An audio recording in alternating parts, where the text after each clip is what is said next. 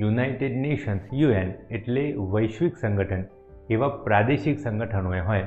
Last કોઈક વિડીયોમાં આપણે G20ના 21 સભ્ય દેશોની વાત કરેલી, કેવી રીતે યાદ રાખવા એનું.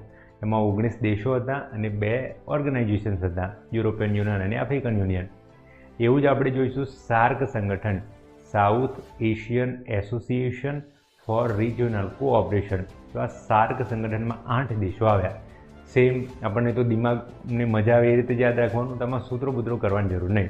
તમે મેપ રીડિંગ જ જો એ રીતે કર્યું હોય ને તો આ બધું સિમ્પલ થઈ જવાનું. આખા વિશ્વના બધા દેશો યાદ રહી જાય. એ બી હું તમને વિડીયોમાં સમજાવીશ.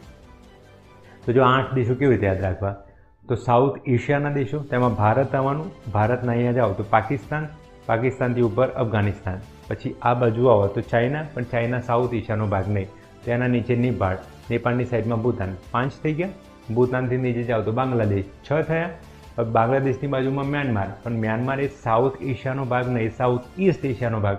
એ આપણે આસિયાનમાં યાદ રાખીશું. તો 6 થઈ ગયા. હવે એના નીચે આવો તો શ્રીલંકા, શ્રીલંકાના નીચે માલદીવ. તો 8 દેશો યાદ રાખના. સિમ્પલ હતું એકદમ.